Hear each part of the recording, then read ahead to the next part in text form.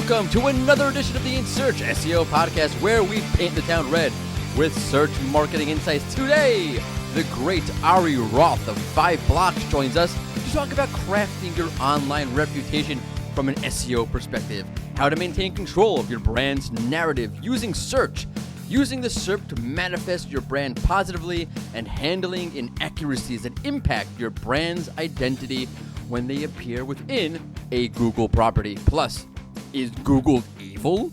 The Wall Street Journal thinks so. We pick apart their article and the industry's peculiar response to it. I am your host, Morty Oversee, and I am joined by the yearning, the exuberant, Sapir Carabello. Hello, Morty. Hello, Sapir. It's been a long time, no speak. How's life? How are things? What's new? Okay, great. Yeah, everything is as usual. A-okay. You? Everything's wonderful. Really just That's wonderful. Nice. Yep. Yeah? Mm-hmm. That's good to hear. Happy as a pig in you know what. Pagan. Okay. Taking it day by day, another day in paradise. You get how I'm feeling today. Yeah, wow, okay. We're on a roll. We're on a roll this morning. Mm-hmm. But as long as you're feeling peachy. I'm peachy. Peachy. Yeah. I like that word. It's a good word, peachy. Yeah, it's nice. Yeah. It's cute. It's cute. It's peachy. Do not forget, we put out a new episode of the In Search SEO podcast each and every Tuesday. You can find it on the Rank Ranger blog. You can find it on Stitcher, on SoundCloud, on Spotify, and of course, you may subscribe on iTunes. I dream that phrase, that line in my head at night. You can subscribe. Oh, seriously? Yeah, it's like, it's so natural at this point. I tell my kids, you can subscribe on iTunes. Poor kids. That's true. That's the least of their problems with me. Also announcing another free Rank Ranger SEO and marketing tool, the UTM Tracker Code Builder. Yes, another one. The UTM Tracking Code Builder, where you can generate a custom UTM code to better track your marketing campaign performance. Head over to the Rank Ranger homepage, click on resources, and you can find it there. Of course, we'll link to it in the blog post that harbors this podcast. Great show for you today. Ari Roth is here to talk all about online reputation from an SEO perspective. By the way, you catch that? Okay, so last week we spoke about online reputation from a global marketing perspective with Michelle Robbins, right? And today we're talking the same subject from an SEO perspective, huh? It's pretty good. Yeah, different perspectives. We're very thorough over here. Very thorough. It was not a coincidence that the guests I had lined up both picked that topic. Mm-hmm. Nothing to do with that. It's pure genius on our part. Amazing. Okay. So before that, let's get into the Wall Street Journal's take on Google and SEO and all the good old controversy around it, because I'm slightly annoyed. Well, I'm more annoyed than I usually am, which will make this another of Morty's pet peeves.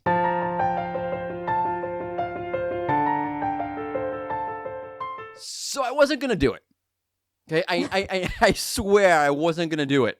I know we said we talk about the Wall Street Journal's article about Google and whatnot on this episode of the podcast, but as the week went on, I felt like, this is old news. I said my piece last week. There's no need to go through this again. Right. But then, you're waiting for it, but then, just when you thought that this whole thing could not get any more bizarre, Barry Schwartz went ahead and wrote what I thought was an objectively wonderful rebuttal. Really, a wonderful rebuttal of all the things the Wall Street Journal got wrong and whatever. All hell broke loose. So let's get into some of what the Wall Street Journal proposed as truth, and then I'll rant about it. So, in case you're not aware, the Wall Street Journal wrote an article lambasting Google for the removal of controversial content from the autocomplete function, the favoring of big brands, manual changes made by Googlers in some sort of editing free-for-all, blacklisting sites, and so on. Right. So, okay. Here's what we're gonna do. Okay, I'm gonna go through my issues with the piece itself, and then we'll get to the rebuttal piece that Barry wrote and how everyone reacted to that. Okay. So, in case you weren't listening last week, which shame on you, shame on you. The Wall Street Journal mentioned, and I picked this apart last week, that they analyzed 17 searches on the Google SERP and compare it to Bing and DuckDuckGo. Yeah, for real? Because you know what? I just did 17,000 searches in the last 5 minutes. You did 17 searches? I do 17 searches for breakfast. Oh. Ooh, them fighting words. Okay? That's good, right? Okay. Yeah. Okay. Two, there was a whole bunch of complaining in the piece about Google editing out offensive nonsense in the autocomplete. Like if you search for Hillary Clinton, you would get is evil. Or, I don't know, Lance Armstrong has one testicle. Well, no, that's true, actually. I went too far with that.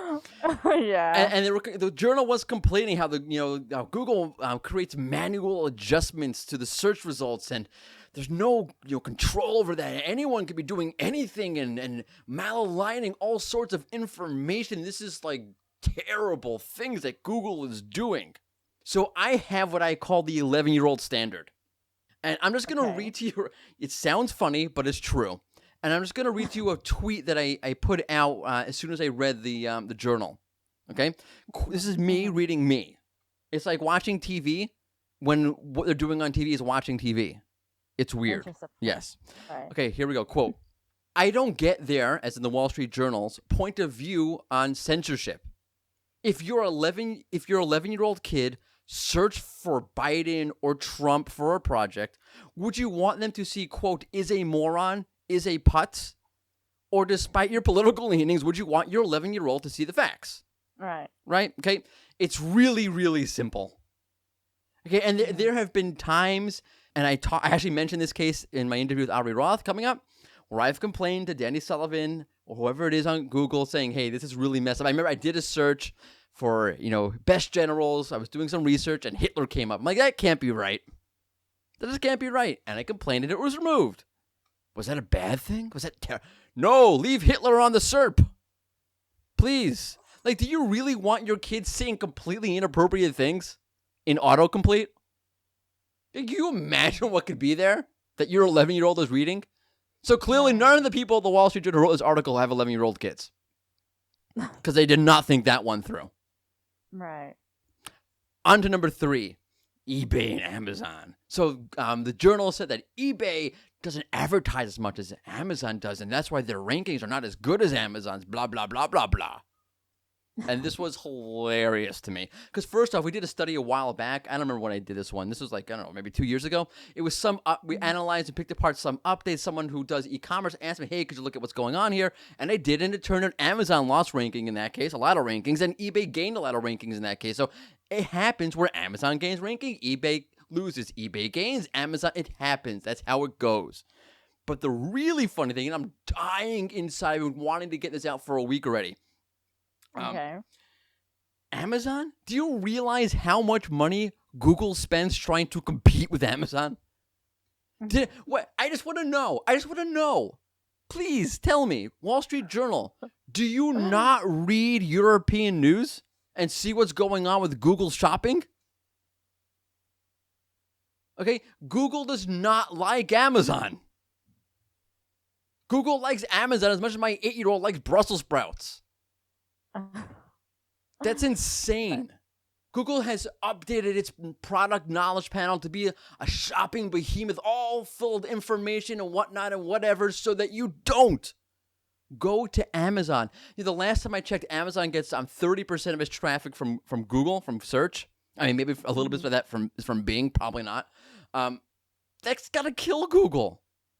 The fact that Google ranks Amazon well, which the Wall Street Journal uses as a way to discredit Google, actually only credits Google. I just don't understand. Don't you see all the updates Google makes to Google Shopping? Why are they doing that? Because of Amazon.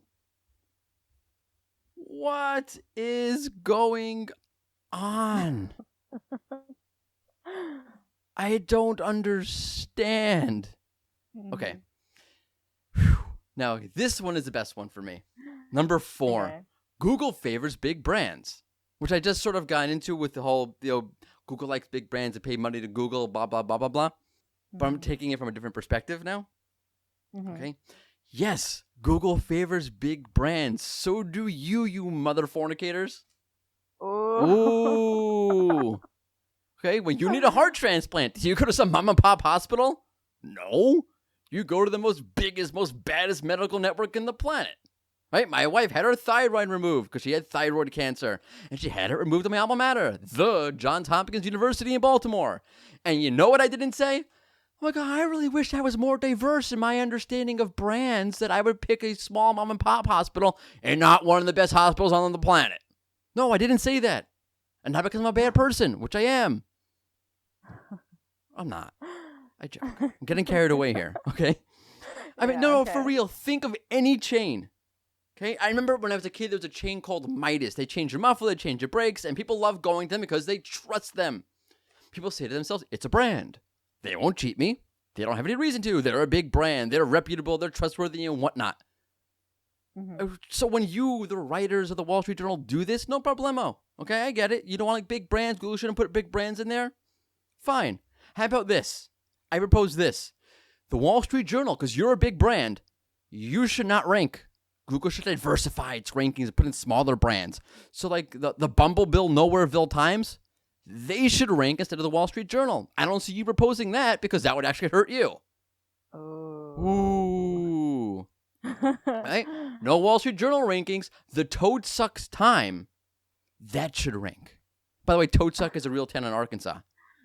Oh my, really? Yes. Okay, that's a weird name. I guess so. Toads suck. I want to know. I kind of wonder how that came about. I just bit my tongue. Ow, that hurt. Right. I bit my tongue on Toad Suck. Literally, I just bit my tongue. Okay, so if all of this and me biting my tongue wasn't bad enough, Barry Schwartz, the darling of the SEO, like no one's better than Barry. There should be a phrase in reality. There should be a poster, can't be better than Barry, because it's not possible. It's like aiming for like the stars of goodness that is humanity. So he wrote a very well done rebuttal, and the SEO world lost its shit. I mean, there was crap like, well, isn't Danny Sullivan a part owner of Search Engine Land? And he works for Google now, so therefore you lie. Your piece is a lie, Barry. Okay, even if it's true that Danny Sullivan does own Search Engine Land and is still a partner or whatever it is at this point, I have no idea if that's true or not true. It's Barry Schwartz. It's like asking Superman to lie. It doesn't happen. Okay? Oh. Yes. Search Engine Land. Danny Sullivan went to Search Engine Land and said, get Barry to lie. And then Barry said, okay, I'll lie.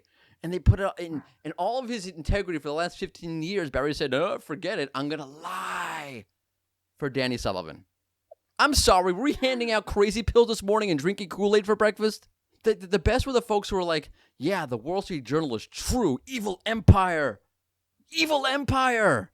What was true? Seriously, the Wall Street Journal didn't say anything of substance. It just made accusations and didn't back them up. So we spoke to hundreds of people, and that's how we know what we know. Really? That's like me saying I spoke to 100 people who said that water causes male pattern baldness, so drink scotch. Nice example. It's pertinent because I like scotch and I'm going bald. Okay. And that was Barry's whole point. Like, even if you agree with the conclusions of the Wall Street Journal, the piece still was terrible because it didn't substantiate anything. Like, here's how journalism works. If you're going to say it's a fact, you got to prove it. Because at the end of the day, that should have been an editorial. That should not have been a main content piece, whatever you call it. Okay, if that wasn't enough, here's what really gets to me. Okay.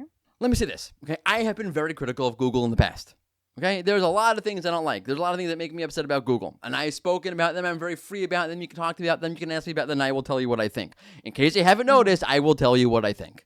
Okay. There are some things I won't tell you about what I think, but for the most part, I'll tell you what I think. Okay. Just tell us what you think. I think that there are conspiracy theories that sometimes make sense. Like Google saying, hey, like us in the SEO industry saying, hey, Google, you're probably looking at bounce rates when ranking things. That makes sense. Even if you disagree, it's reasonable. I happen to agree, and that's a conspiracy theory. And I know you all think I'm crazy, right? Google flat out denied it, but I still believe it. I just think there's no way Google's not looking at that data. That would be silly on their part. It would just be silly for them not to do that. And fine, okay, that's one category of conspiracy theory, and I'm okay with those. Some of them I like, some I think are insane, and some of them I actually believe in. But to say something like Google's like a dark entity of pure evil, it's entirely something else. It's like it's one of the like, deep state conspiracy theory kind of things. And that's where the reaction from the industry, while there were a lot of people who said, hey, great job, Barry. Good job. Pat on the back, Barry. There were a lot of crazy reactions to it. I couldn't believe how many SEOs believe this crap. It's too much. It goes too far, and it means your view of reality here is a little bit skewed. And you'll say, oh, well, it's harmless. No, it 100% impacts your SEO practice. This is not some theoretical opinion you have. It plays itself out in the underpinnings of how you approach SEO and how you deal with SEO and what your SEO strategy is. And when you go too far, it's going to mess up your SEO practice. So please, everybody, let's take a piece of reality. Let's chew on it for a little bit. Google's a corporation, like any other corporation. It has corruption.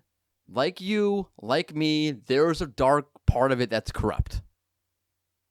Okay, but this bad seed that we're planting and that we're really growing and fermenting. I don't know if you can ferment the seed, but you understand what I'm saying. We need to watch that very carefully. Us, the stewards of SEO. What a delightful rant, as usual. Thank you, Morty. You're welcome. I thought it was insightful, and I feel much better. Yeah, for sure. Very insightful. I'm happy.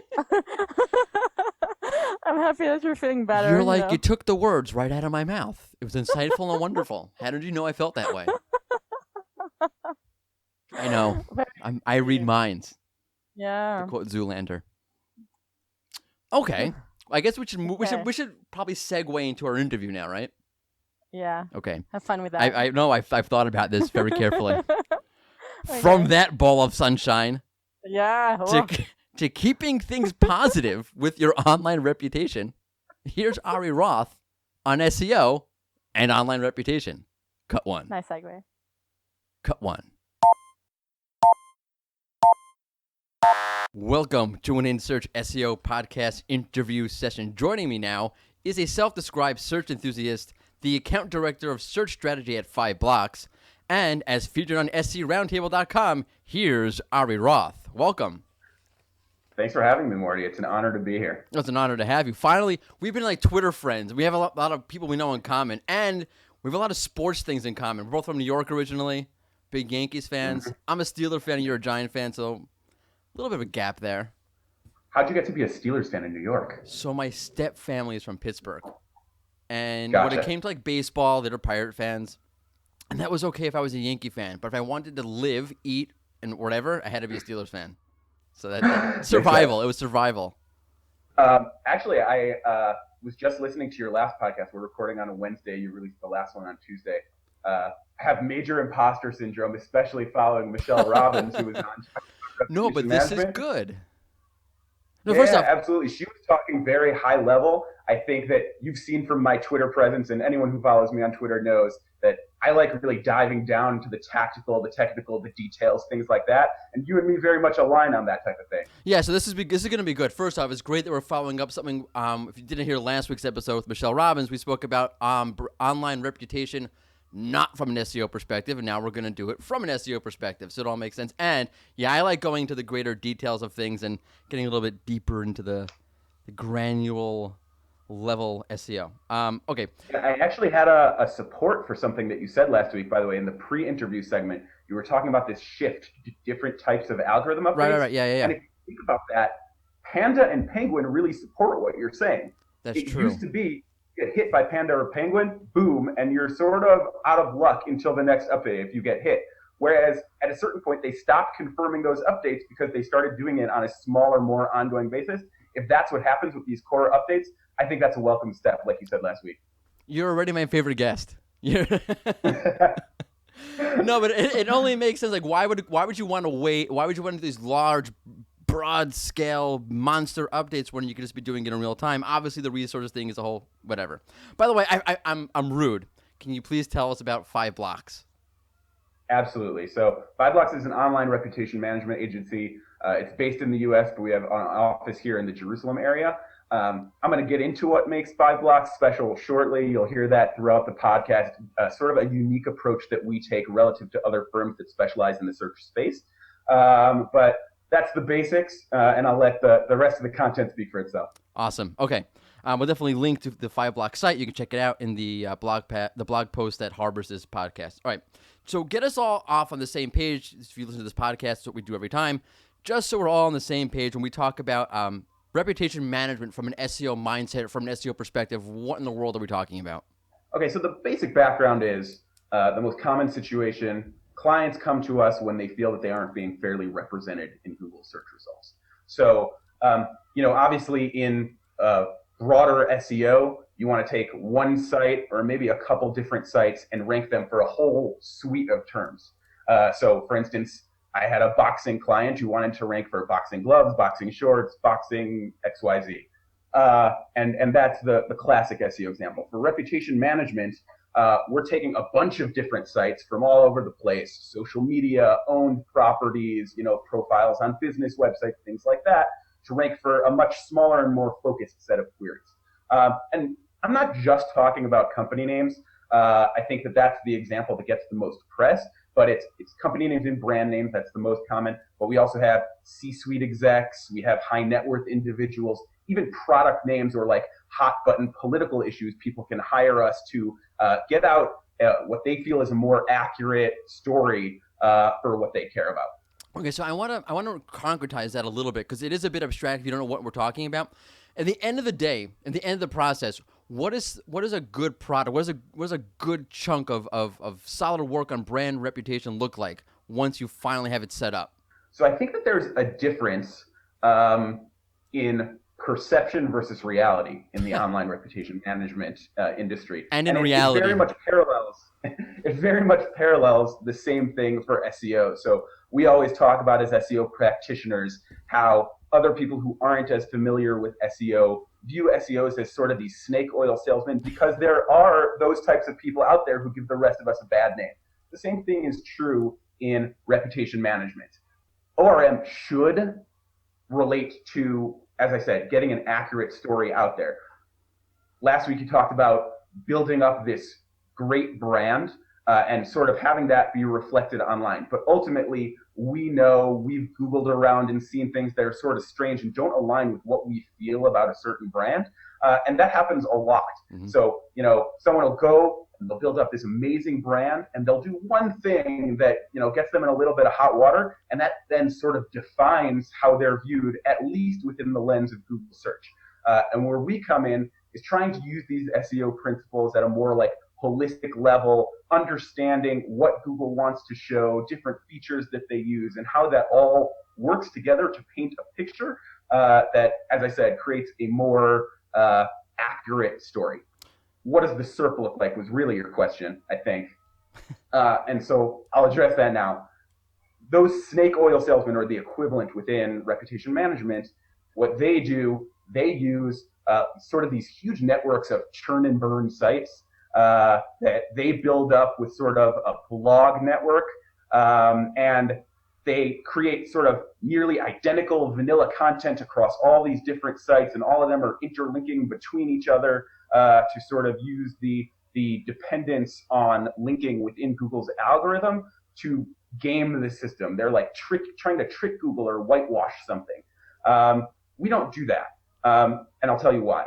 If you fast forward a few months, if you have a client who comes to us and, they go to one of these other firms and they consider the crisis to be, behind them, so to speak. And then they one day Google themselves again, they look at their results and they see something is off. And it is because you or I go to search and I think something is off there as well because, the search results need to be something natural. You shouldn't have these sites that no one has heard of and only exist for reputation management purposes in your results. That's not a natural brand footprint. So what we try to do is work more within the sites that are common for you to see and that you expect to see when a brand is searched for, and use those to sort of paint the picture that clients are looking for. That's a good point, by the way. And then there's something I wrote like way back, like I don't know, like in the end of high school, early college, wherever it was. They used to rank really well on Google. I only know because I used to like look for them. Like, hey, I rank on Google. It was like 20 years ago already, 15 years ago, and you cannot find it today. It's gone. Like it's totally relevant to who I am. It's totally relevant to what I do now. And Google sort of knows that. And when you Google my name, yeah, I do vanity searches once in a while. It doesn't. You can't find it. And it's a good point because you might go with a cheap solution. I don't mean cheap like it's going to cost you money. I mean cheap in that sense it's not really quality, and it may work for a month, 2 months, 3 months, 4 months, but come back in 3 years and see what's still ranking. Absolutely. So we call our solution, sort of as opposed to regular online reputation management, intelligent online reputation management, because we have to work with the client in various departments to make sure that all the pieces are working together and all the different properties that Google naturally sort of wants to show are working together in the right way.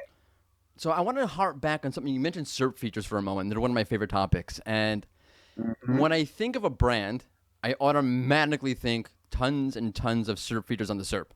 So when it comes to creating a brand identity or putting your own narrative out there, how do you leverage SERP features to do that? Well, I guess it depends on the specific SERP feature that you're talking about. For instance, one of the most common results for a brand is going to be the Twitter box, we call it. I don't know if there's an official name for it, but basically we're all familiar with the regular sort of results where, there's a title that's the blue link and then maybe the URL either above or below, depending on what Google's testing that day, and then a link to your description. And those are just like the standard results. Twitter, because they have sort of that fire hose directly into Google, if there is a Twitter account that's associated with whatever you're searching for and they've been tweeting lately, that'll show up. The tweets themselves will show up in the SERP. But people think just, okay, I'll tweet. Like, I go on Twitter, I see something interesting, I'm going to retweet that. I don't even have to comment. And it's not true. You have to know the ins and outs of each individual SERP feature. For the Twitter box, straight retweets don't appear in that Twitter box. You have to, retweet with a comment, for instance. You have to come up with some original tweet. Obviously, you have to tweet somewhat regularly. I just heard of an example, internally of a client who wasn't a big Twitter fan, and then I guess one day the mood struck them, and they logged onto Twitter and tweeted a couple times, and then all of a sudden, after months of not having the Twitter box came back and was a huge part of what people saw when they searched for them that day. So it's frequency of tweeting, what types of tweets, that type of stuff. And the Twitter box is really important because first off, it's your own content. You control the narrative, what's in there, what's not in there. And in theory, if there's a bad site, bad for you, on the SERP, the Twitter box might knock it off. So that could be the 10th site on the page or the 9th site on the page, and the Twitter box knocks that one off the page. Yeah, and that's actually more true of Twitter than for other results because even if Google associates a Twitter account with a specific entity that you're searching for, if they haven't tweeted recently, their Twitter account might not show up. The only way it shows up is a Twitter box. We've seen examples where Twitter is a big part of the brand, and even when they don't tweet, Twitter shows up on page one. But the more common way that we see it happen is if they haven't tweeted lately, the Twitter box is just gone. And then it pops in when they tweet. So as you said, if the 10th and final result on the page is something that reflects poorly upon the brand, then it's no longer on page one because you're tweeting. It's very simple, but it's something that can have a big impact. Right. So I want to jump onto schema markup for a second because one, it's just a hot topic, so we got to talk about it. But two, it's one of the places where you can control the narrative, what in theory goes onto the SERP reflective of your brand. And I'm just curious, are there markups that you prefer? Are there drawbacks to this? Are there some markups that are better for a brand reputation that are, and some that are just totally not? I wouldn't say totally irrelevant. Anything's not. No form of schema is going to be totally irrelevant. It's things you should focus on more to sort of control your brand presence narrative versus other ones. So I've yet to see any drawbacks from schema as long as you're doing it right. Yeah, I felt I had to ask that. There's like Certainly, there are magazine. cases where people are adding schema markup for things that aren't on the page, and they just want it to show up in the search. And again, that's sort of gaming the system. In terms of what schema markup is most effective, there's been a lot of chatter in the industry lately about the FAQ markup. We're certainly on that bandwagon as well while it works. I will say one thing, which is that I'm not so confident that the way the SEO industry is using FAQ markup is going to stay something that works long term. No. If you look at the guidelines, it's really meant for actual FAQ pages. Right. And pages dedicated to FAQs, as opposed to just popping some FAQs at the bottom of the page. But ultimately, we owe the best service possible and to leverage whatever features we have available to our clients right now. And therefore, we're using it as part of our larger tool set. Personally speaking, I mean, Google's aware of what's happening because there's a lot of crap in the FAQ, but I think that they rather have the FAQ with, I would call it off-center content. I don't mean it's off-center and it's off color, but it's off your center core of what you're doing in the actual page, rather than not have it there at all. And once you get enough content where there's actually an FAQ for every SERP where you don't have to show crap, then they'll start weeding out what's good and what's not good, and you will not be in the FAQ if you're just going to throw an FAQ at the end of the page. It's totally irrelevant. It won't show up anymore. My personal I theory. agree. And so obviously people in the industry, again, just like the Twitter box, you have to know how these features work. So people in the industry are talking about, and there have already been sort of case studies and blog posts written about this. It only works on page 1. So if you have a page that's ranking on page 2, you implement FAQ page markup, it's not going to do anything until it climbs to page 1. They're limiting the number of sites who can do this to 3 per page. So they're sort of incentivizing you to be among the early adopters. And then people also mentioned, I would love to combine FAQ schema markup with, product review ratings and things like that. And people did tests and basically showed that Google chooses between the two. And, you may think that, someone rating your product as 5 stars is really important for people to see. In that case, you might not want to do FAQ markup. We internally have done additional testing because, as I said, we have a different lens from the reputation management industry, and we've come up with a few other things that haven't been talked about yet. So I'm sort of excited to hear your thoughts on this. So first of all, our internal technology, it's called Impact, and it basically, in all the locations that we set it up for and all the terms that we set it up for, it's polling all these terms in each location every single day. And it shows us the entire search page sort of one day next to the other, so we can see changes from day to day and correlate, okay, this result dropped out when this one came in. Maybe there's some sort of connection there we can leverage. That gives us a whole set of patterns that we can leverage to really guide strategy for the client. But what we noticed was when implementing the FAQ, that the FAQ markup is itself considered an organic result in terms of the number of results on the page. That makes sense. So if there were supposed to be 10 results on the page and one of those now has FAQ markup, there's actually only going to be 9. So same way what you were talking about in terms of Twitter. If you get the Twitter box and number 10 falls off the page, if you have something towards the bottom of the page, FAQ could be a huge opportunity for you to push it down to page 2. Yeah. We also have a working hypothesis that Google is actively filtering out FAQ markups on site home pages. A colleague tested this on a sandbox site that we have that we use to test different things. He implemented the markup correctly. The FAQs were validated by Google's structured data and rich snippet testing tools, but it didn't show up live in the search even after Google recrawled the page. Then he did something interesting after he had this theory. He changed the homepage URL to be sitename.com/home instead of just sitename.com, and all of a sudden it showed up. That makes a lot of sense to me. I mean, it's one thing to throw content in there that's not exactly on target, on topic. It's another thing to use the homepage when that's a little egregious. Like, that's not what everyone knows. There's not an FAQ in a homepage. Like, come on, what are you kidding me? It's like, How much, if I'm Google, I'm saying, like, how much am I going to let this slide? It's like a kid eating one cookie for breakfast in the morning versus eating an entire cake and then having a bag of chips afterwards. It's insane. Well, I think you just nailed my kid's diet, actually. I'm basing it off what my kids. I have a 3-year-old who every morning climbs up to a cabinet onto the counter, grabs cookie for himself and for his 1.5-year-old brother. Unbelievable. It's unbelievable. These kids are ingenious. It's unbelievable. I'm like, when I was a kid, I never did anything like that. I don't remember being like a monkey like that, like climbing up on cabinets, pulling down cookies. I have no control. I think we probably are repressing those memories just so we don't have to deal with it. But I'm pretty sure that like kids' base nature hasn't changed, and we definitely did that to our parents, and we're just getting karma now. I guess, and you know what? That makes a lot of sense. The takeaway though from the FAQ though, and all these SERP features to me is just like you do. You know, people like Barry Schwartz, Dr. Pete from Moz, Marie Haynes and Glenn Gabe around the algorithm updates.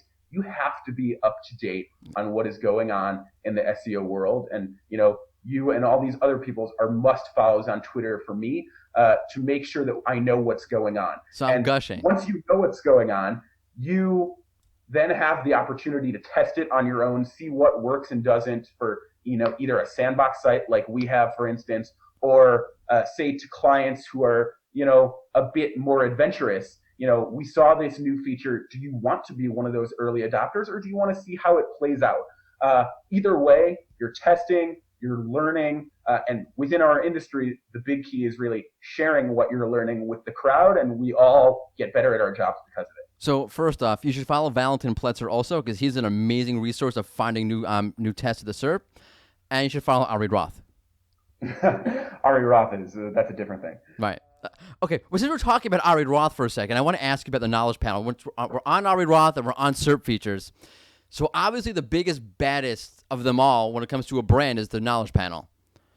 So we have to discuss, and I'm leaving out the local panel for a second because that's a whole other beast. But if you're a brand and you want to show up, and again, it's particularly good because you're showing up for branded queries with this panel. How do you go about doing this if you're a corporation? What do you need to show up in the knowledge panel? So I wrote an article, and I think this is what you're alluding to, which basically I saw at one point when you Google Ari Roth, I am by far the least notable Ari Roth that's out there. There's another Ari Roth who is a very well-known playwright, and he has a Wikipedia page, and therefore he has a knowledge panel. And I thought, we know about this feature, and we did this for a lot of clients who claimed their knowledge panel using the button right underneath the knowledge panel. And I thought, I wonder how good Google is at detecting sort of more nefarious attempts to claim or try to impact someone else's reputation. So I went to this other Ari Roth's knowledge panel. I clicked the button. I did the process. And how I noticed this and decided to do this was actually my Twitter and my Facebook were at different times showing up in that knowledge panel as if they belonged to this other Ari Roth. Nice. So I go through this process. And I show them that I'm logged into these profiles because that's part of the process. And I don't know who is reviewing it. In my head, I have sort of this image of these Indian outsourcers sitting here working for Google and reviewing these requests. But whoever it was who was reviewing this request was obviously not looking at it so critically because the other Ari Roth is 58 years old. I am nowhere near 58 years old. But ultimately, I was given access to that knowledge panel. And at that point, I could have made certain changes that presumably the other Ari Roth wouldn't like. Wreak havoc, change a photo, mess up his whole Wikipedia. Come on, go for it. Yeah. So, by the way, you're a thief. You realize that, right? I'm a thief, but actually, I didn't even update the blog post. But breaking news is someone at Google saw that blog post because after reading the post, I no longer had access to the knowledge panel. And that was your first mistake. I stole the crown jewels. Let me write a blog post about it. No, but it was good. In the blog post, I said, I am not aiming to do anything nefarious. I'm more the curious SEO practitioner. And so I said in the blog post, what I hope Google's going to do after seeing this is revoke my access. If, the other Ari Roth sees this post somehow and wants access, I'm happy to share that access if that's even a thing. I'm not sure it is. But you weren't going to give it to him. You were share it. I get it. Okay. Uh-huh. Whatever it is, if he wants changes, I'm happy to facilitate that. But this is an interesting larger point, especially in the industry right now.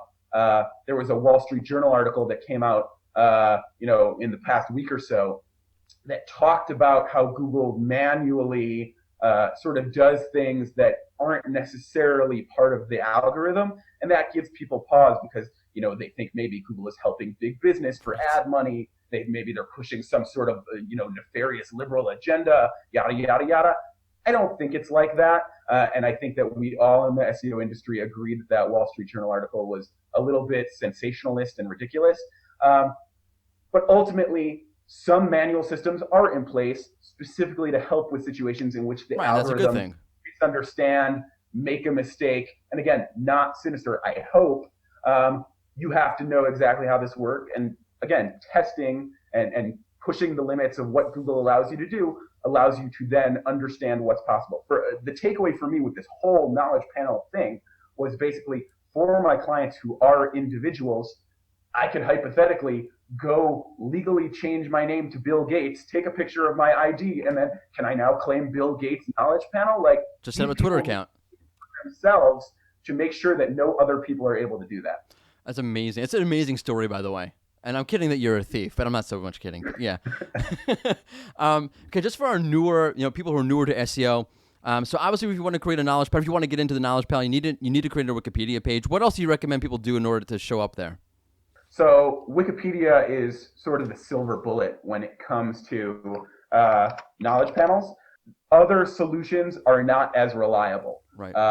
So there are other sites that we've seen potentially feed into the knowledge panel. In the old days, there was a site called Freebase, which was sort of like Wikipedia in that it was like your guaranteed ticket into the knowledge panel. And I have various coworkers who, before Freebase was deprecated, they went in and sort of created an entity for themselves, and that led to them, successfully getting a knowledge panel. Right. These days, it's more Wikipedia or Prey, and Wikipedia is its own whole other ballgame. And to throw in actually a shameless plug, we have a free beta tool called Wiki Alerts, which you sign up, you tell it which Wikipedia pages you want to track, and it sends you email updates anytime a Wikipedia page you care about is edited. It's totally That's good free, to know. and people should go sign up for it.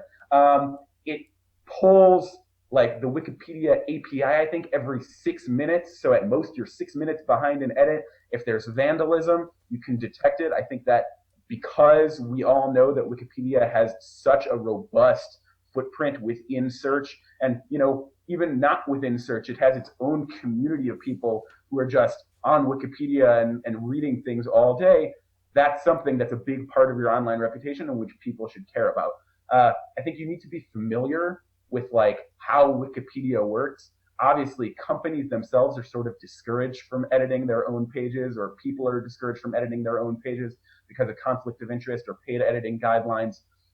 But there are a couple of solutions. One is you can openly declare your conflict of interest and just say, even though I have a conflict of interest, I think A, B, C are things that should be changed on this page to improve the page within the context of the project and make the page more encyclopedic and accurate in nature.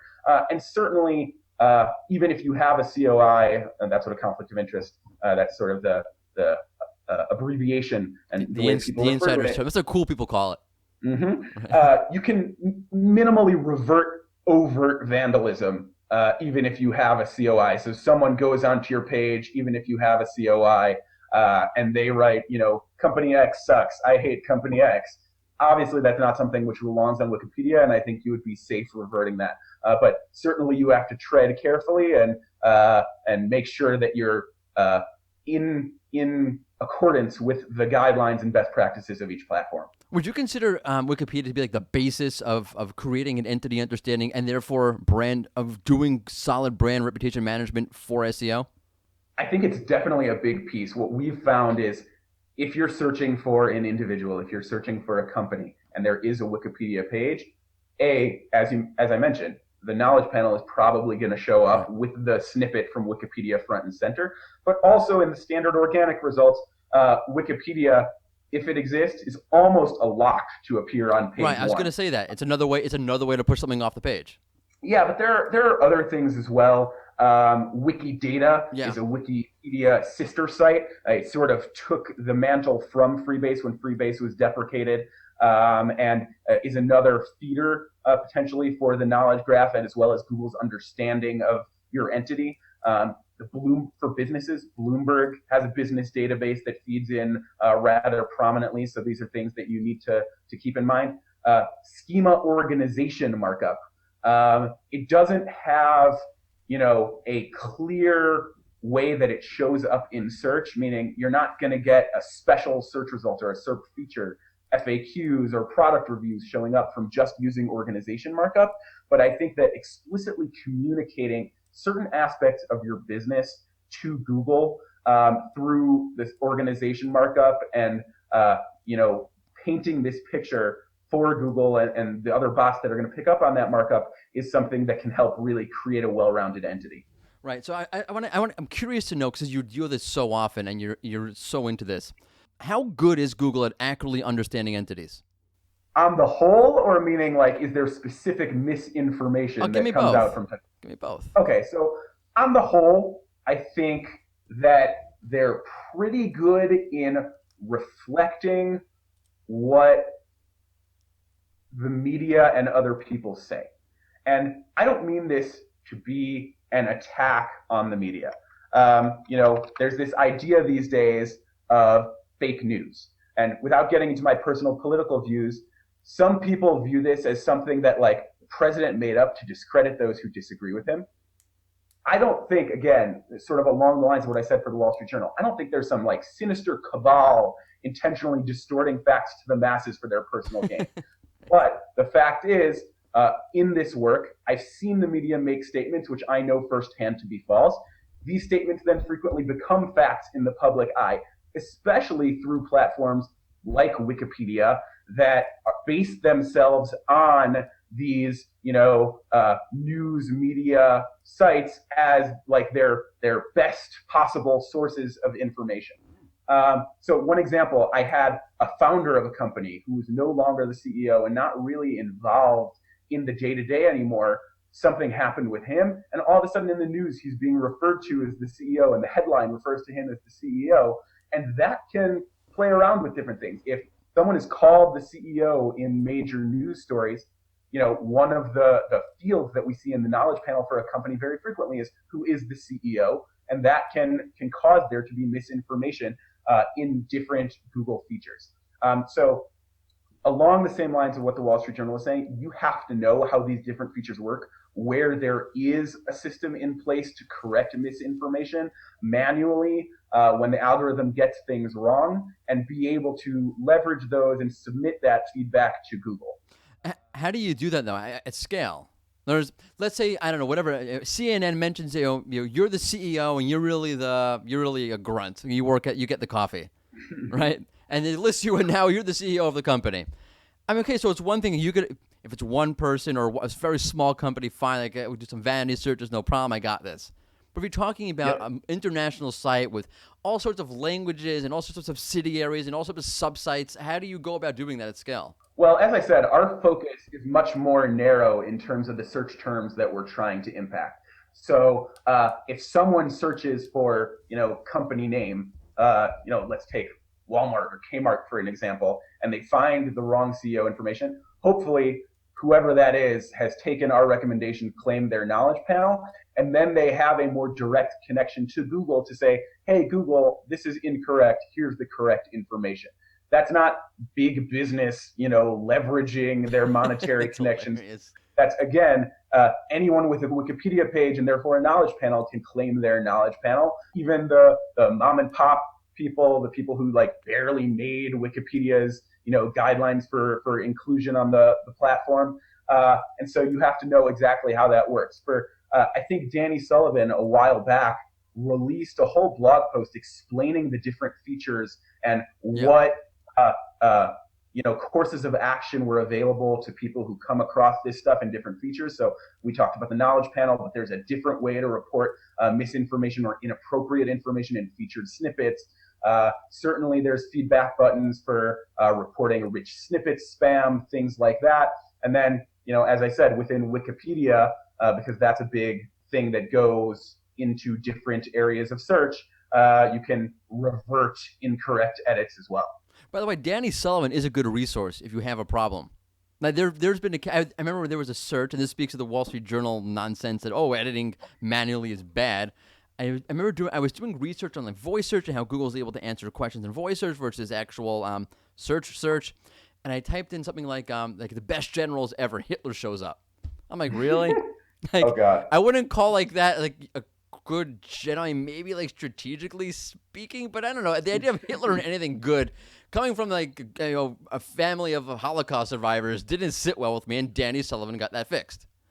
Absolutely. The problem is, I think this is a problem within general SEO also, because people tend to view Google as sort of the enemy and not want Google to like know about what they're doing, lest some one tactic that they're using be afoul of Google's guidelines, and then Google's now paying attention and they're going to slap you down. So people are hesitant to do that. There are also legal agreements, not all, especially in the reputation management space. If it came out that a company who had sort of a bad reputation was working for a specific firm, that would be very bad for that to come out, and there are strict non-confidentiality agreements.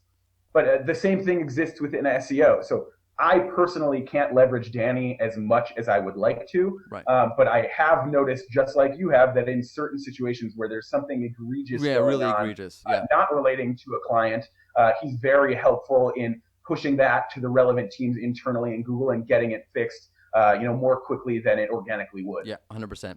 I want to jump back to something you were sort of getting at a minute ago. So yeah, okay. There's things you can do. You can report things to Google. There's misinformation in your knowledge panel. If in Wikipedia there's something there that's not accurate, yes, you can do all that, right? But there's going to be things that are sort of out of your locus of control. Like if Bob's review site says crap about me, and Bob is just a jerk and he doesn't like me for some reason, what am I going to do about Bob's review site ranking number 1 on the SERP? So first of all, I Hey, wouldn't Bob. necessarily agree that review sites or any other site are entirely not within your locus of control. There are always things you can do.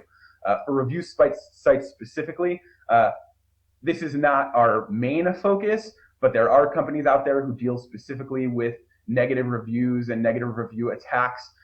We've definitely, on a case-by-case basis, seen a lot of success getting reviews removed. So again, I sort of come back to the necessity of being familiar with each major platform that tends to show up, both off Google and including Google itself, because obviously within the local knowledge panel there's a feature for reviews as well. So at this point, I honestly know Yelp's guidelines like the back of my hand, and I can pretty accurately guess if there's a negative review that the client doesn't like and they ask us to get removed. I can tell you whether I'm going to be able to get that negative review removed with a reasonable degree of accuracy. I also know, and again, you have to know the platforms, if the client hired someone else beforehand or tried to remove it themselves first, that could actually hamper us, because on Yelp, for instance, they don't re-review things. If you appeal something once and their team decides, you didn't make the case sufficiently and this deserves to stay, if I then go in and try to appeal that, it'll just send me a message saying, we've already reviewed this and found this within our guidelines. We're not taking another manual review. That's an automatic email. So I would say don't act unless you really know what you're doing or you're really confident that you're going to succeed, and definitely talk to the professionals. Other sites, there's a limit to what people can say. There are all sorts of laws about defamation and all that. You would have to talk to, in certain circumstances, attorneys or PR professionals to determine what the risks and benefits are of pursuing sort of legal action to get some of that information taken down. But again, in almost every situation, there's something you can do. It's just a matter of if it's worthwhile and a good idea for your overall brand to pursue that type of action. Yeah, to that point, you're talking about Yelp and other sites like this, and we focus so much on on using or leveraging Google properties and on your locus of control within the SERP.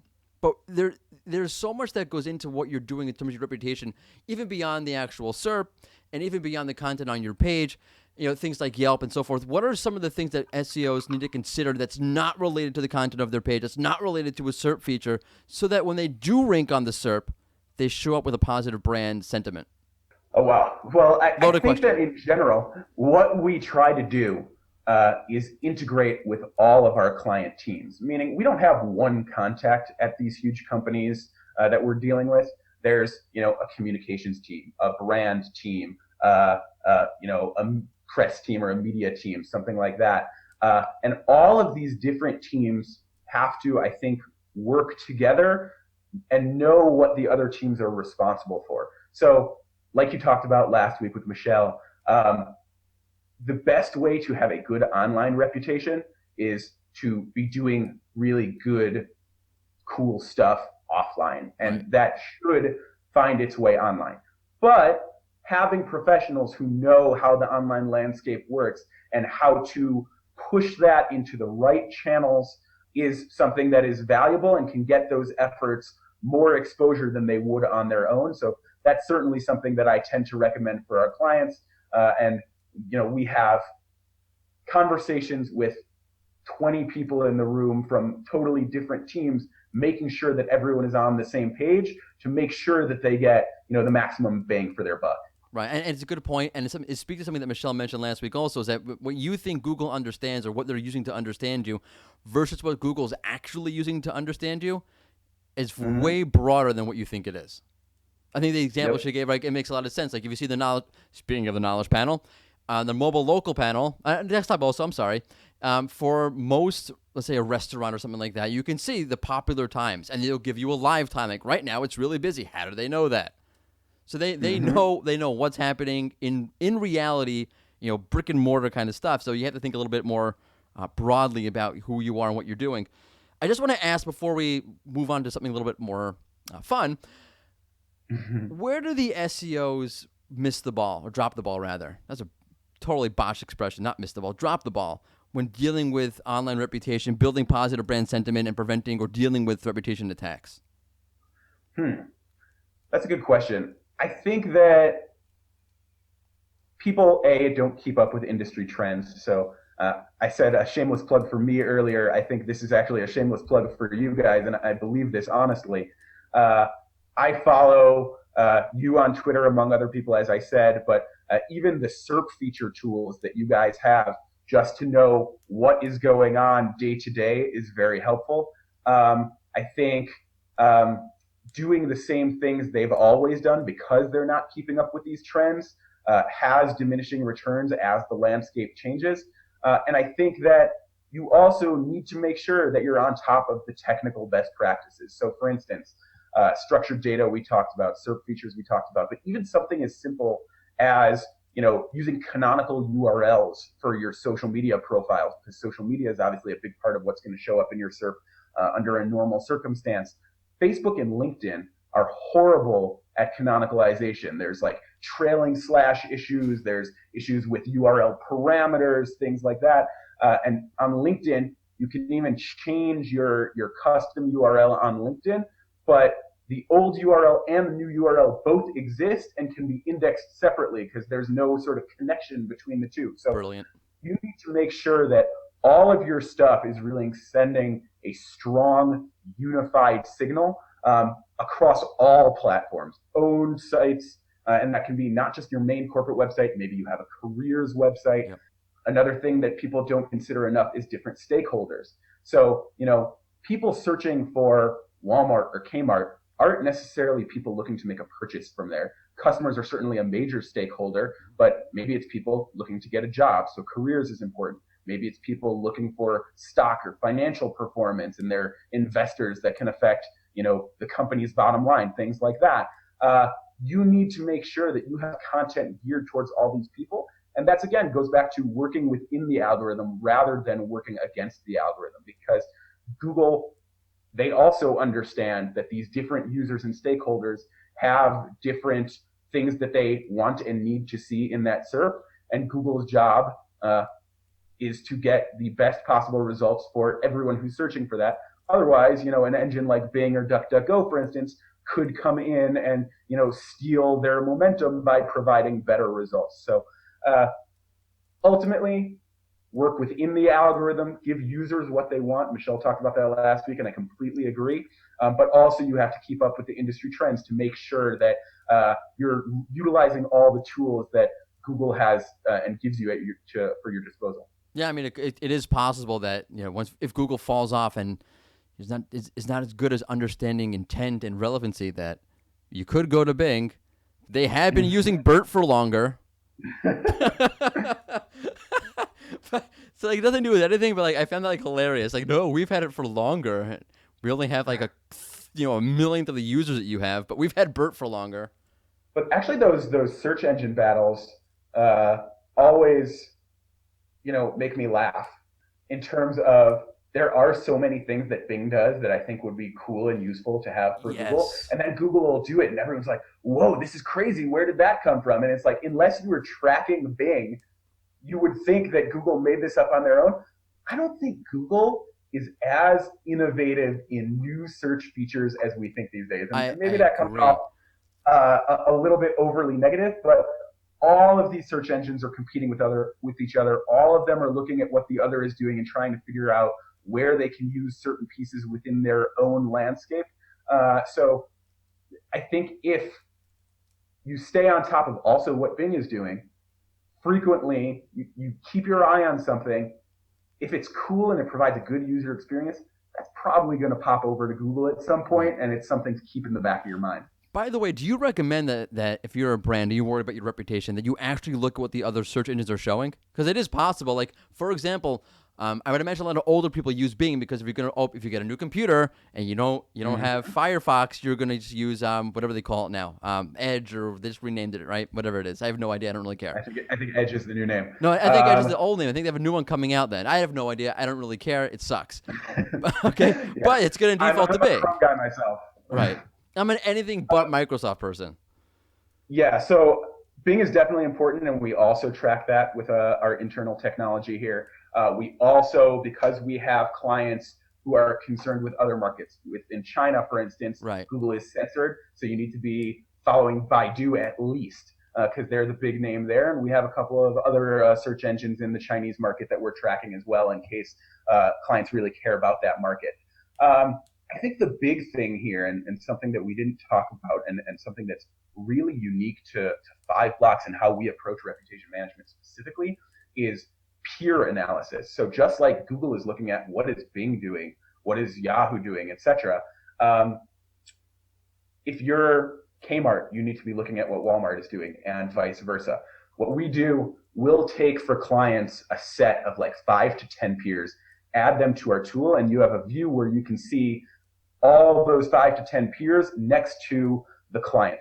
You can run reports on what are the most common sites that are showing up for those peer search terms, because those are probably your lowest hanging fruits and the best opportunities in terms of where you can have a more immediate impact for the client.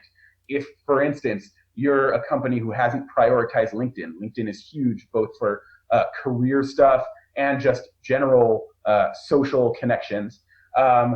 That for businesses, that is a very, very common result. And we've seen clients where LinkedIn isn't showing up and we're saying, this is strange and doesn't fit in with the peers. How can we improve their LinkedIn presence? It could be as simple as, and I also wrote a blog post about this, removing duplicate content. A lot of these big companies, because all about the company text has to sort of go through a legal clearing, they have this one boilerplate text that's on their own website, maybe even their about page as well. It's on their LinkedIn page. And again, from a Google perspective, because they're trying to satisfy a bunch of user intent with one set of results, it's not valuable for them to show the same content across multiple pages and sites. So just doing something so simple as deduping the content on a LinkedIn page can be what takes your LinkedIn page from nowhere to be found because it's behind Google's duplicate content feature to prominently on page one and helping you push down some negative content. Right. I'd recommend you not use boilerplate text for anything, because even if you do rank for it and the user sees it, it comes off like, I really don't care what you're reading. I really don't care about who I am. Deal with it, which is not a good look at all. Okay, so with that, we have a fun little game we do on the show every episode. If you know what it is, great. If you don't know what it is, it's called Optimize It or Disavow. It's where I give you 2 really good options or 2 really crappy options, and you're stuck choosing between 2 really good options or 2 really crappy options. This is the Ari Roth version of Optimize It or Disavow It.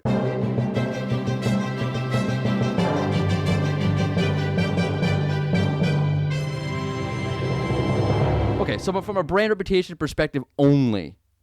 Okay, so we're in a little box here. Okay, if you had the choice, you could only do one, not the other. You can answer it depends, but I guess it's a cop-out. Would you work on creating all sorts of schema markup that, when you rank organically, it really shows off who your brand is, what you guys are doing, what your brand is, a great way to show off whatever it is? Or would you work on making sure that your knowledge panel is optimized to the utmost that it possibly can be, but that's only going to show for a brand query?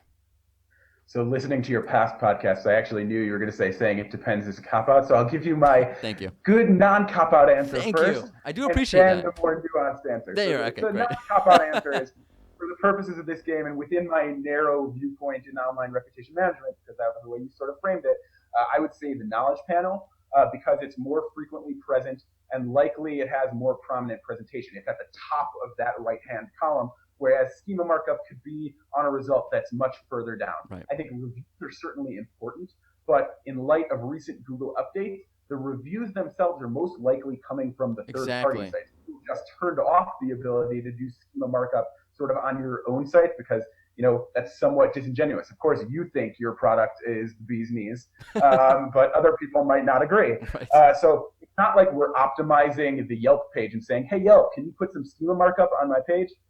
So we're operating within each platform to improve the sentiment, and I think the knowledge panel, from my viewpoint, is a better bet. In reality, I refuse to choose. These days the landscape is complicated. I think if you can win the SEO game, you'll rank well with beautiful, rich snippets, or be leveraging the right search features for hopefully what's a low in the funnel commercial query, and you'll make some money off of that. Great, but we all know that every online decision these days is backed up by some type of reputational information, and you can even blow those sure thing low in the funnel purchases if you aren't paying attention to your knowledge panel, SERP features, everything. So, you rank really well for this non-branded product-focused query. The guy comes to your site. It's exactly what he wants. He's about to click purchase. And then he goes, let me open up another tab real quick and just look into this company if I'm not familiar with them. And then if it's everyone dumping on you and one-star reviews, that's not going to go well for you. So I think that schema markup is important, but your brand presence is also very important. And this ties into something that I wanted to mention earlier. I didn't really have an opportunity, but something that Michelle alluded to last week was social media tracking. And from my experience, this is something that companies know they need to do, and it's sort of this standard part of the toolbox. But if you look at comparative volumes for how many people are talking about you on social media versus how many people search for your brand in Google using a tool like the Keyword Planner, for instance, the volumes are either very similar or search can be even greater.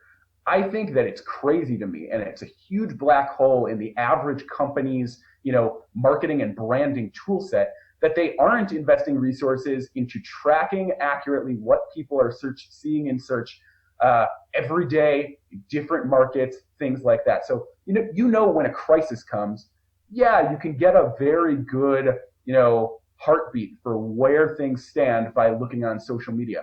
But on the day-to-day, when there's just sort of regular stuff going on, you need to know how you appear in search. You might not even know there's a problem until you happen to Google your name one day and you see, some negative piece of information at number 7. So I think reputation management is generally viewed as this sort of crisis response tool, but I also think that there's tremendous value in viewing it as a more proactive brand building, brand monitoring, brand reputation tool. And of course, you can use Rank Ranger to track your keywords for locations, multiple locations all around the globe. Shameless plug to end that off.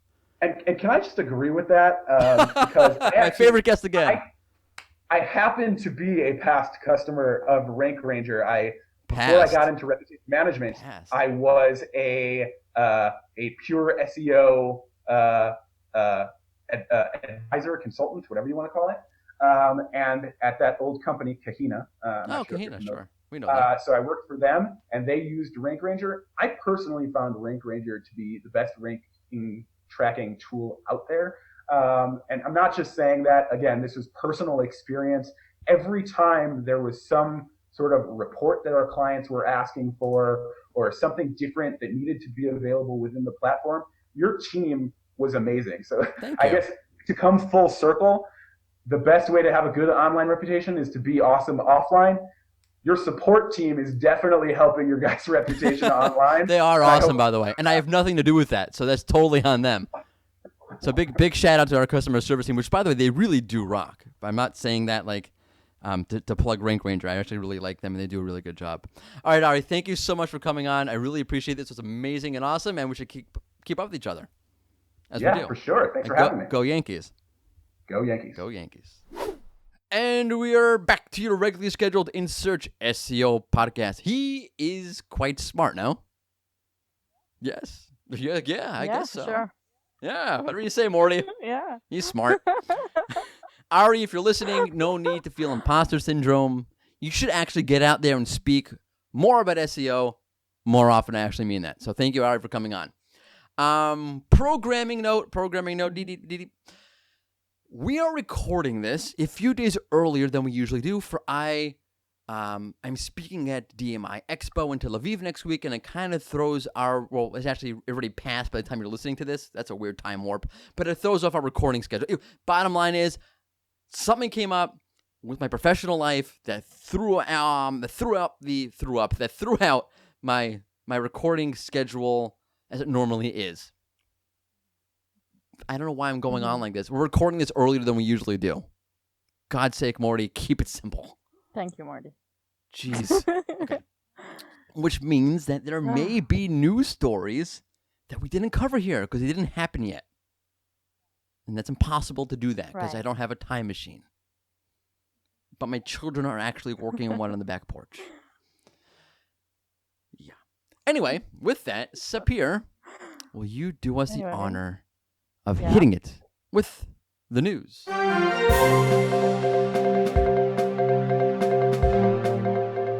Okay, Morty, Hey, Bert. do you remember Bert? Can't forget that. Well, Bert is not a Google-specific property. Yeah, in who knew fact, yeah, Bing says they've been using it as far You back actually put that as in the news? April. Yeah, it's Bert, but it's Bert. Bing. Who cares? Yeah, we've had this. Come on. Hey, everybody. Oh. It's like like the kid at school who's like, no, I'm cool too. I watch wrestling. Oh yeah, we've using Bert for It way sounds longer like than you, Google. We're so much better. Someone's insecure and trying to overcompensate. wow. Gosh. Okay, let's move on, Marty. Let's move on. Google was seen testing a Google ad that was in fact a tool to compare car rental prices. Yeah, that was really cool. Yeah. Check out the link to the news story that covered it because it looks really interesting and that could be really a big deal if that keeps happening. Okay, moving on. A Proficient Digital study shows that image carousels are a major part of way more rich results showing on the SERP in 2019. Yeah, actually, if we can't do it on our SERP feature tracker because you only get 30 days data there. But if you have a Rank Ranger account, you can use our insight graph to see SERP feature data over the last like 3-4 years, and you'll see a huge jump in carousels on mobile. Right. Yeah, that makes a lot of sense. Yeah. Yeah. All right, more good comments. Very insightful. Okay, moving on. Okay. Google has added the ability to see how your reach results that use product markup are performing on the SERP. That's actually very cool. It is. And it's really easy to use. It's really easy to find. Again, look for the link to the story in our blog post. You'll see the copy of the report there. But in the overview section of your Search Console data, you'll see it. Right. Yeah. Okay, lastly, there are signs pointing towards Google possibly dropping its reservation partners and taking up the booking mantle themselves. Ooh, that's juicy. Yeah. Yeah, it was Mike Blumenthal found in his Google My Business account that, hey, Google had a thing there. I forgot exactly what it looked like, what it said, that seemed to indicate that Google was going to be the one or a potential option to use to reserve and not the reserving partners. Because the way Google Reserve with Google works is that if you go to the local knowledge panel and you see, hey, book a table, there are software partners that you have to integrate in order for that to show up. So to say you don't need those partners anymore, you might need them, you might not need them anymore. You can just do it with Google. So that's interesting, and that could be a big deal, and that could mean a whole new way of Google monetizing this thing, in my opinion. Okay. Thank you Okay. for that, Sapir. If we missed anything big, it's again because our recording schedule is earlier than it usually is. So Right. just sorry. Deal with it. Lovely. All right. Morty. Well, that lovely sentence brings us right to our fun SEO send-off question. I'm a ball of joy this morning, or this afternoon, whatever time it is today. Early afternoon, technically speaking. Yeah. So, before we part, we have a treat for you. And it is, of course, our fun SEO send-off question. So this one comes from me, by the way. You can Yes. blame me for this one, yes. Yes, please blame Morty. Okay.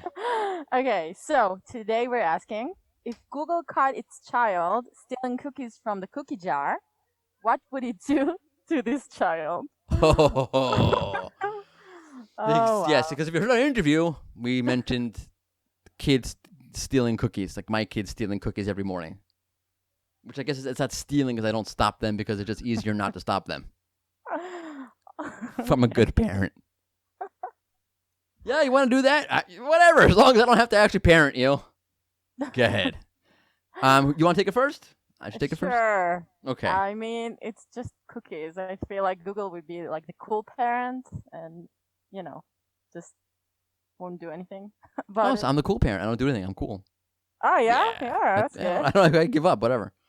I would totally be the cool parent. Maybe You even say that sneaking- until right. You say that until you are a parent. No. No, I'm gonna be great. It's gonna be great. I'm gonna be super cool. The kids are gonna think I'm the coolest in the whole world. You'll see. Yeah, you'll see. You'll see. You'll see. You'll see. You'll see. Come back to me in 5 years from now. We'll see. Okay, Mr. Dad. That's Tell us right. That's me. What Google would do according to your answer. I have all sorts of cliches for you. Google would give it a manual action penalty. Huh? Google would take away all its rankings for a week. Oh. It would kick it out of its featured No, snippet. that's too harsh. It's not like it's, Oh, I didn't mention the just a cookies were cookie. there were special brownies, But oh my god. which would make my kids more mellow. Oh. That's a bad idea. So yeah, all sorts of cliches like that. Lose a ranking, lose a featured snippet, manual penalties, whatever other SEO cliche you could think of, that's what I would do. That's what Google would do. Okay. Because I'm very original right now. I'm not Yeah. cynical at all. Right. Right. Thank you, And Marty. that'll do it for us today, the In Search SEO podcast. Keep a lookout for an all-new episode coming at you next Tuesday. Thank you for tuning in. It's been In Search because we're all in search of something. Thank you. Thank you.